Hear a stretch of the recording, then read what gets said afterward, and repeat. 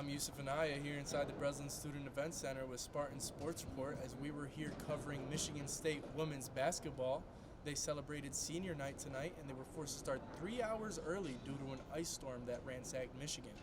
The seniors being celebrated were Jayla James, Stephanie Vischer, and Kamaria McDaniel. All three of these seniors are transfer students, which is unique, but something we can probably expect in the future. Kamaria made sure to lead the way for the Spartans as she's done so many times this year. She had 15 points on the night. Didi Hagman, the guard, also had 11 points for the Spartans and helped lead the way. Golden Gophers, although, did not stay out the game. They made sure to hit threes, play defense, and force turnovers, which kept them in the game the whole game long. But Coach Dean Lockwood made sure to call timeouts at the right times in order to get the Spartans back on track.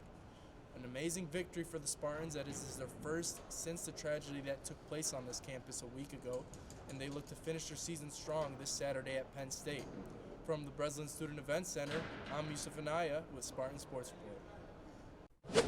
We're here at Munn Ice Arena for Spartan Sports Report. It was Michigan and Michigan State. This series did not disappoint, and this was only game one. Both teams are climbing throughout the Big Ten, and it's very crucial that they gain points as the season is coming to the end. Yeah, you're totally right, Elisa. Huge series for both teams. Michigan State with a nightmare start to this one, came out letting up 3 unanswered goals, but honestly they were in the game the whole time, so it was good to see that after they went into the locker room, they came out with a whole new game plan. They started pushing the pace like we've seen them do all year, and that ended up leading to opportunities and a bunch of other stuff as we saw them get on the board in that first period. And we also saw a lot of physicality there in that second period. We saw 2 game misconducts, and I'm sure you can elaborate more on that. Yeah, about those game misconducts from that fight in period 2. Adam Fantilli and Nash Nienhuis will not be playing in the game tomorrow, and that's very crucial for both teams to be able to capitalize on those opportunities.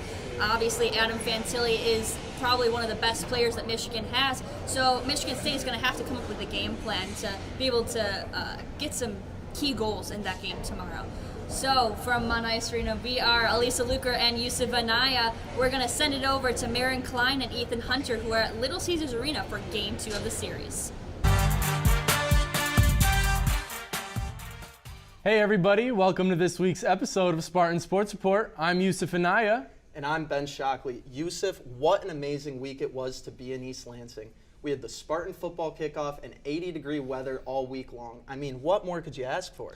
Man, Ben, you took the words right out of my mouth. If you weren't in East Lansing last week, then you truly missed out on an awesome week, especially now that snow's falling again. Yeah, that's just typical Michigan, Yousef. But on the positive side of things, let's start off at the Woodshed with the football team hosting their annual spring game.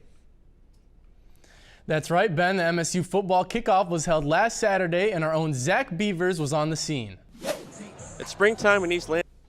On Friday evening, Michigan State softball hosted Minnesota at Sequia Stadium.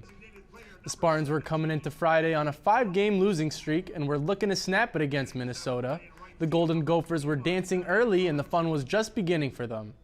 First for the Spartans, here's Kendall Cates sending one at center field and off the second base umpire for a single. Then we have Britton Bashirs finally getting the Spartans on the board in the 3rd inning with an RBI single to right that scored Anna Fox. The game was dominated by the Gophers, though as back in the 2nd inning, Kayla Chavez singles to center, scoring a run. Later in the game, it was Natalie Den Hartog cranking this one out to center field to put the Gophers up 8. She would later knock another into the river in the top of the 7th. Those 2 home runs would move her into 2nd all-time in the Big Ten for career homers. The Gophers would tack on a few more runs to make the final score 13-1. Spartans played a doubleheader against Minnesota on Saturday and split those games.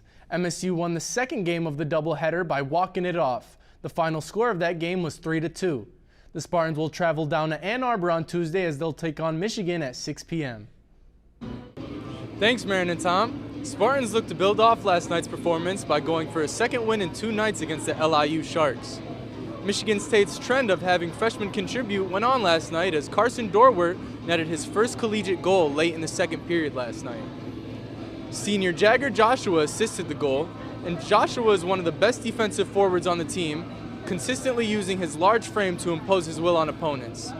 Earlier this week, Joshua told us that God gave him this size, so he might as well use it, and that's exactly what he does. Jagger and the rest of the Spartans look to start strong as they did yesterday in order to get their first sweep of the season. Back to you, Marin and Tom.